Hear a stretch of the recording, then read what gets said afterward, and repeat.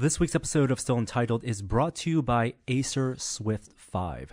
Looking for a laptop that delivers on both performance and price? Check out the Acer Swift 5, which offers a powerful Intel Core processor, super slim design, and more.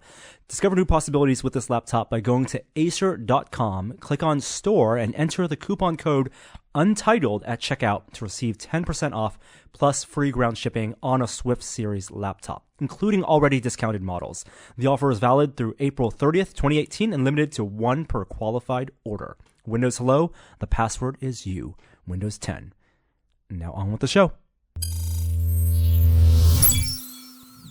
Welcome to Still Untitled, the Adam Savage Project. I'm Norm. I'm Adam. And we have a special guest. We do. Darrell Maloney, the Broken Nerd. Yes, sir. Darrell, we are all here. If you're just listening to the audio, we are actually recording this live at Silicon Valley Comic-Con. Make some noise. Yay! There you go. We're not publicizing this, but we have a little bit of an audience. But this is your first day, all of our first days here on the floor, this Saturday. And for Adam, your first big convention. This is my first con of the year. And for Darrell, who's here all the way from Virginia Beach. Correct. It's your first Comic-Con of any kind ever. Yes. Totally. Wow. All right. And there's a bunch of firsts here. Yes.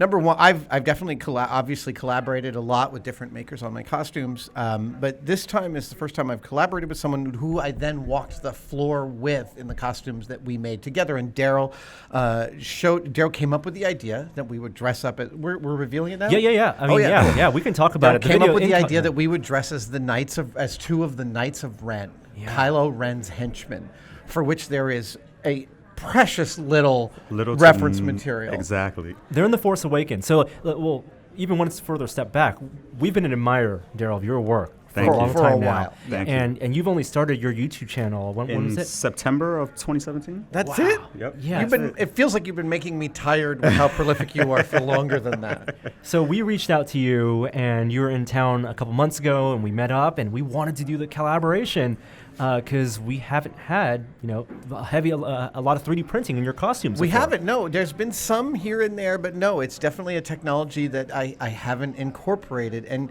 you're so fast, and your finishing and painting skills are so fantastic that it was an absolute natural. Thank you. So this whole past week, we actually had you out on Monday. And it's not a one-day build; it's a one-week build, which for a costume is still incredibly fast. It is, and I said this yesterday as I was putting final touches on the costume and sewing something in. I said, all over the Bay Area, there are cosplayers doing this exact thing, finishing the last bits of their costume to get ready to hit the floor. And we did. We hit the floor this morning. Yep. You were the monk? Yes, sir. I was Rogue. I sent a picture of our costumes to Ryan Johnson. He was like, amazing. That is awesome. I said, knowing Ryan, it was very hard not to ask for more reference material. Wow. Because he had it, right? Yeah. I'm sure. Yeah. But I wanted this. Also was a unique costume for me in that I'm always working from a ton of reference material. And so the fact that we had to make a lot of our own aesthetic choices made this a much different build. Yes, I think it added a lot of creative interpretation for us to play with and had fun with it. Yeah. And the concept art, because the characters were in The Force Awakens in like a flashback scene, very dark in the rain. They had these great silhouettes, you could tell, very evocative, of course, sharing a DNA with Kylo Ren himself. But what was in the art book were just, like you said, one image, not sketch. turnarounds, one sketch. Yeah. So when a concept artist for these films does a sketch, they don't necessarily think about the making, the physics. This I ran into. You'll see this when we release the videos about this. But my character, Rogue, has a very stiff tunic that sits in this particular way. And I'm looking at it and breaking it down, and I came up with the shape, and I got the shape right. Yep. I was really happy with how that came about. And then I'm looking at the belt, and I realized, wait a minute. And then there's the belt. The belt goes both under and over the tunic. This is someone who's not thinking clearly about how this works. How belts in general work, right? What is it supposed to tighten? Yeah, like, but you embraced it.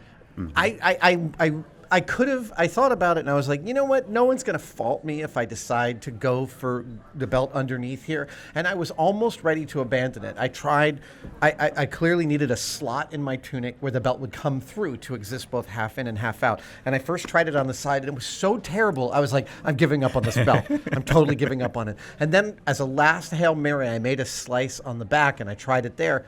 And it came out lovely. Totally worked. You and I both agreed. I was like, wow, I can't believe it. I got it. But that was a really fun part about this, was not having enough. You're right. We got to put a lot of our own creativity and interpretation into this. Yep. Now, anyone who's done 3D printing knows that they take a while sometimes. And Darryl, in some of your projects, you've done things like an Infinity Gauntlet. Yes. You've done Killmonger's Spear. Yes. For these helmets, how long did it take to print? They were about 80 hours a piece. 80 hours! That's half of a week. Yeah, I mean, I'm used to longer prints. So, I mean, these were relatively fast because when you're in and out the house, you're not paying them, come in, check on it every now and then see if it's messed up or not. But for the most part, these were good. They worked the first time? Yep. I mean, no failures. I mean, an 80-hour print, it's over 80 hours, it's possible to get 75 hours in and then have it screw up, right? I've had that happen. I was 76 hours into a print, and actually it was the Hellboy sword that you had made. Oh, no way. And it came home, and the print, now what happened was the printer didn't mess it up. What happened was the spool of filament got wrapped around itself, so it snapped off. And had about 12 hours left. And so it thought it was printing, but it wasn't. So I just walked away. Wow. I just walked away. I mean, when I have screw ups like that, sometimes it takes me a couple of weeks at least to get back into the like. Yeah, I haven't touched it since. That makes sense. That checks out. So I wanted to use this podcast as a chance to learn more about your process. Like we said, we're big fans of your YouTube channel. How did you get into making props, and what was your background? My background originally is in medical, but I've been 3D modeling as a hobbyist for a while now, for about 3 or 4 years. And I came across this gentleman that was doing 3D printing. His name's Uncle Jesse on YouTube. And he was doing some fantastic work. So when I saw some of his, I think it was his Daredevil print, and I was like, okay, I'm going to get a 3D printer. And then that kind of started the 3D printing. Kind of been playing with opening the idea of doing a YouTube channel for a while. And my wife was like, just do it. So Infinity Gauntlet, I was building it, and if people watch that, you'll see that I don't have a lot of footage because I was still playing with the idea if I wanted to do the YouTube video or not. Mm-hmm. And came together, and I was like, you know what, I'm just going to push it out there and see what happens, and I'm here now. That's amazing. Now, you currently work as a graphic designer. Correct. And when you told me that, it made a lot of sense to me because one of the things about your builds is that you're doing all the 3D drawing yourself. Correct. And when you're doing that, it's not like there's perfect size reference. You have to make all of these decisions, looking at camera parallax and all of that. Yes. So Talk about how you do that. So I sit down in my living room. I literally have a measuring tape, and I'm like measuring, running back to the computer, modeling, measuring, and then I say 9 times out of 10, I'm always over the size than it needs to be. Me too. So the Killmonger Spear in particular, I had 5 different iterations of that spear. Before I landed on the right size, which I thought it was the right size, but then after seeing the movie, it's still too big. Wow. It's Okay. always too big working from photo reference. I'm usually between 10 and 20% too big most of the time. Yep. But you also built many of the Black Panther props that you built before you saw the movie. Correct. So how was it to go see the movie and see these pieces you'd like put so much of them into your brain and see them on camera? I'm sitting in the theater, I'm like, look. I'm hitting my wife. I'm like, look, I made that. But then in my mind, I'm like, oh, it's way too big. Right. Yeah, that makes sense. But it's 3D printing, so correct, you can just go back and fix it. Do you ever prototype smaller? Because everything you do is big, which is ambitious. Yeah, so I'm going with the model print big, print long this year. So that's kind of the thing now. Print big, print long. Yep. So nothing small. Higher stakes. Yeah, exactly. And the reason I said that being a graphic designer makes sense to me is because it's not just the drawing work that I think is really top-notch of yours, the execution, but also the painting. And I gotten to watch it firsthand because you did all the hard... we didn't talk about how we would split up the duties, but you ended up taking on all the hard parts and I did all the soft parts. Yep. And so you took them from raw, primered prints most of the time, and did all the finishing in my shop. And like the weathering and the damage was really good. And one of the problems that people have with weathering is they tend to make it too uniform. But you as a graphic designer, I think really you understand that. And graphic design really gives you a perspective where you have to take a step back and look at your work, and then go back in. You mean like take a step back and see it for the totality that it is, and then go back and then make your adjustments. So that I think that really helped within the process of finishing these. Now I will admit, painting is not my biggest Your specialty? skill. Yeah, I always get runs, and I'm actually kind of shocked how these came out because I didn't get any runs or anything, and I always had that problem. So what I don't show in my videos is that for every project that I had to go back and sand something because I either oversprayed it or just didn't wait long enough for paint to dry. Oh, it's always hard to wait for paint to dry. Yes. That is a brutal reality. And then you do a lot of sanding too. You mentioned sanding. Oh man, sanding, it's both therapeutic and then the most labor intensive part of this whole process. But I've kind of gotten a rhythm of that my workflow has sped along since then. What do you have a specific amount of infill and outer shell of your prints to accommodate the kind of sanding that you do? Is that something that's custom to each 3D printer? Not necessarily. So for the helmets, I printed these at 10% because I wanted these to be a little lighter, and then to print these at 100% infill wouldn't have made sense, especially that I knew that we were going to do some damaging to it. So if I would have printed it at 100% infill, some of the dents and things that we put in it would have been a little harder to do. So how did you do the dents as they currently are? We took a Dremel and made some of the scratches in the actual helmet, and then we took a heat gun and used a hammer and just worked a hole into it, and we got dents and dings. So this is Norm comes in about halfway through our build, and he walks up to Darrell's helmet, and he's like, "Whoa, look at this dent!" Yeah, it looks like a melted piece of metal. Yeah. Yeah, and PLA melting at that temperature, it's easy to use with that. I set up the Kylo Ren costume I wore at San Diego Comic-Con a couple of years ago. I set it up on a mannequin as our inspiration for this build. It was good to have him there. It was. There was a couple of times I jumped because of the big figure in the corner. No, it was awesome. And then, of course, Silicon Valley Comic-Con. We'll talk about that a little bit. You got a chance to walk the floor. Yes. Well, so this is your first con and your first cosplay. You walked the floor in full costume. Yes. Tell us what it was like. I was there, but tell everybody else. It was awesome. The only thing I would say was that when I had the mask on, I had these glasses under. So one thing about me, I have long eyelashes. So when I put the balaclava on, I couldn't open my eyes, so I was like, all right, let me put the glasses on and see if that works. It helped, but then, like, halfway through it, like, I was like, okay, I got to get out this helmet. It's super foggy. Yeah, right? But no, it was awesome. Like, it was great taking pictures with people, and I think you got made, like, maybe, 5 minutes in? 10 minutes. Yeah. And they were really discreet about it, too. I had to ask them, like, Adam, did you get made? But no, it was awesome. We went over to the 501st booth. Yes. Took a picture inside the jail. Mm-hmm. We got to... I wanted to fondle the R2-D2s, but I thought that would give me away. It would not have been canon. No, with it these would not characters. have been canon. Actually, these costumes were fairly comfortable. Some of the underparts I pulled from. I don't just have one Kylo Ren costume. I have 2.5. So I used some of the other pieces for both your costume and my costume because I wanted those textures to feel like they had a lineage to Kylo. But ultimately, it was not a balls hot costume. No, it wasn't. Surprisingly, and like I said in the video. I get that when you take off, get that. I finally get it. Like, I see it in all the videos, and I'm like, all right, take that fresh breath of air in. Yeah, it's real. We're also running cosplay repair in this very room, which you can't see on the camera. So we have Danica and Kate, and with all the supplies that we have from our house and also from the shop. And you did a repair this morning too. I did. As we came back from the walk as the Knights of Ren, I encountered a I encountered a full-size Totoro needing repair at the front door.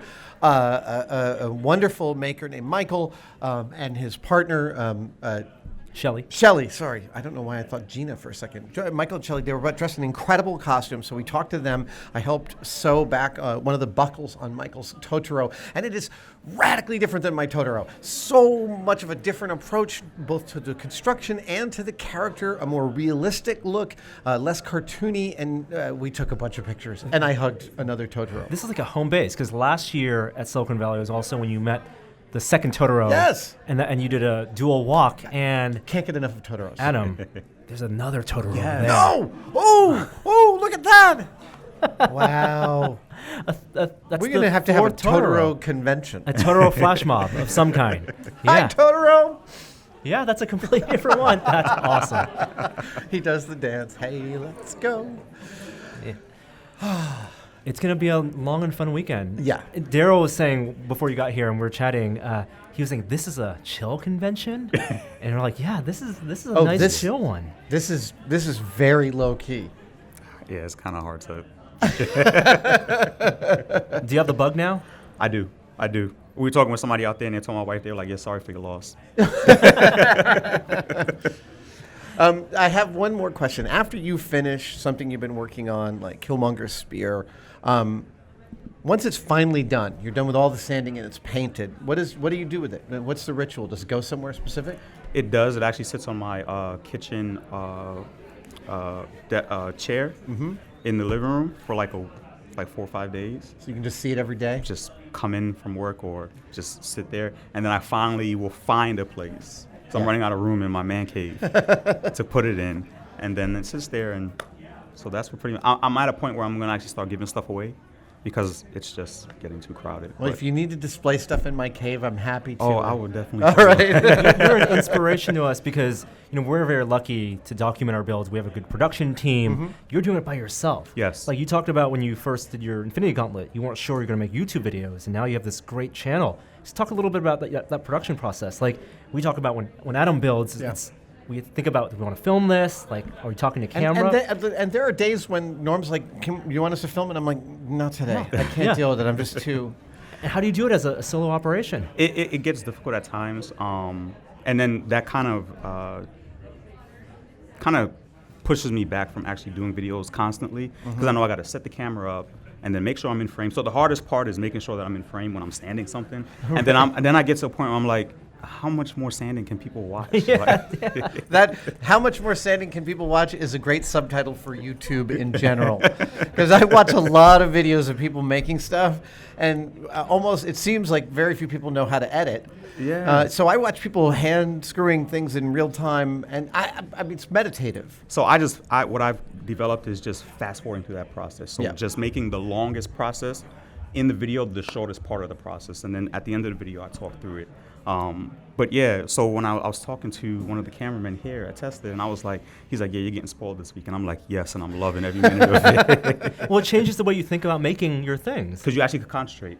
Yeah. And it slows you down. Yes. Like you have to pause between each step. I find that I have a flow when I'm working alone, and then I have a flow when I'm working on camera. And the truth is that I'm build 3 times as much stuff, 3 or 4 times as much stuff as we cover on Tested.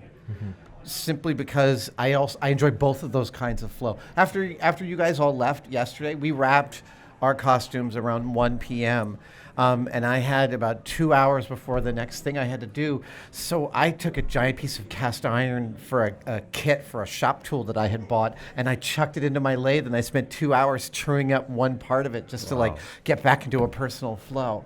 I think that's a really good tip for people. A lot of people ask us if they're aspiring YouTube channel makers or just makers in general, how do you get started? And yeah, you just have to do it. Just do it. But then also you have to realize you have to enjoy both parts of that process. You do. And they both have their pluses and their minuses. And I frankly feel guilty every time I build something and don't cover it. You shouldn't build for yourself. I do, but at the same time, I want other people, I want to share it. I get really excited about it. Yep. What's next for you, Darryl? Infinity War's coming out, so I have a few builds around that. And then hopefully some more cosplay conventions this year. I'm trying to convince Norm for us to go to the Infinity War movie in cosplay. That would be awesome. I have never done that. We're going to try to get the whole team together. Yeah. That would be awesome. A lot of characters. I have a really good Cap costume I'm dying to reveal. And he has the facial hair now. Oh, right! Oh, my gosh! You could right, add yes! beard. Oh, thank God I don't have to shave the beard. That didn't even occur to me. I just have to tear the star off the chest. That's right. Yep. That's it. Yep. Yeah. Oh, wow. Those are awesome. You can't see it on this camera on this podcast, but there are some awesome costumes in the front row. Oh, my gosh. You guys are the best. We're going to take a break. For people listening, next couple episodes are going to be from Silicon Valley Comic Con, so we have a great lineup of guests coming up. We're recording it very fun, all very today. fun guests. Darryl, it's been a pleasure having you here as a part of the team. I thank you guys so much for having me this out is here. not the last time we're collaborating and playing together. Awesome. So, people subscribe to your YouTube channel, The Yes, Broken Nerd? The Broken Nerd. And can follow you online? On Twitter, at The Broken Nerd. Awesome. Yep. Well, All right. huge All right. success. Thanks, Darryl. Thank you. All right, we'll see you next time. See you guys. All right. Bye.